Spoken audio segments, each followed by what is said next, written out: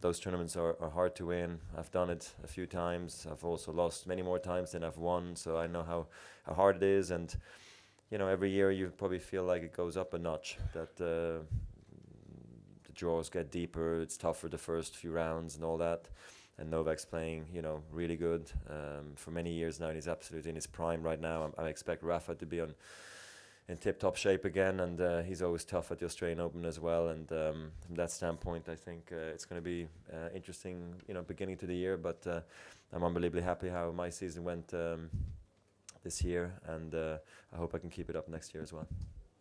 Basically, I think what's going to happen is I'm going to play Brisbane and Australian Open, and then reassess after the Australian Open, because I got a bit of a break there, and then basically that's how I'm going to look at 15. I know I'm going to play Dubai and all that, so it's pretty much in stone in the beginning, with Dubai and then Indian Wells, but there is some holes and some gaps and some build up blocks I need to create, and then I just got to decide how much tennis is good and how much is too much and how much break do I need. Because also next year you have 2 weeks, a week more on grass, and then that takes away 1 week on the hard courts, and that's why I just need to analyze it more in depth, and I haven't quite done that yet. This year I was close, but Novak played great in Wimbledon, Rafa played well at the Australian Open, Cilic was on fire at the US Open, and the French Open was always a little bit more difficult, but I really created opportunities, and 5 sets and all that stuff. That's something that, in my opinion, plays in my favor. People are always gonna talk it down. He's old, he's not so fit anymore, but I've never cramped. I'm one of the fittest guys on tour, and I can back myself to that. I know that, and from that standpoint, I always feel that the Grand Slams give me extra opportunities actually to do well. He will always remain somebody I look up to.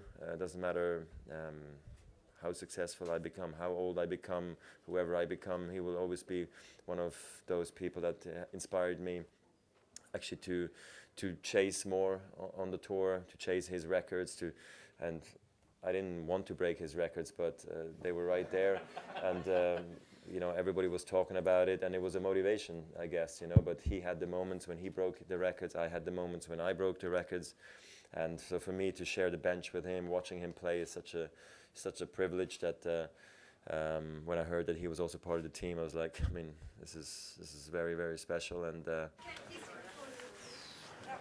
I think it's really unpredictable. It's going to be hard to say who are the clear favorites to win Grand Slams after the last 2 seasons of having 4 different Grand Slam winners. So let's wait and see. Obviously.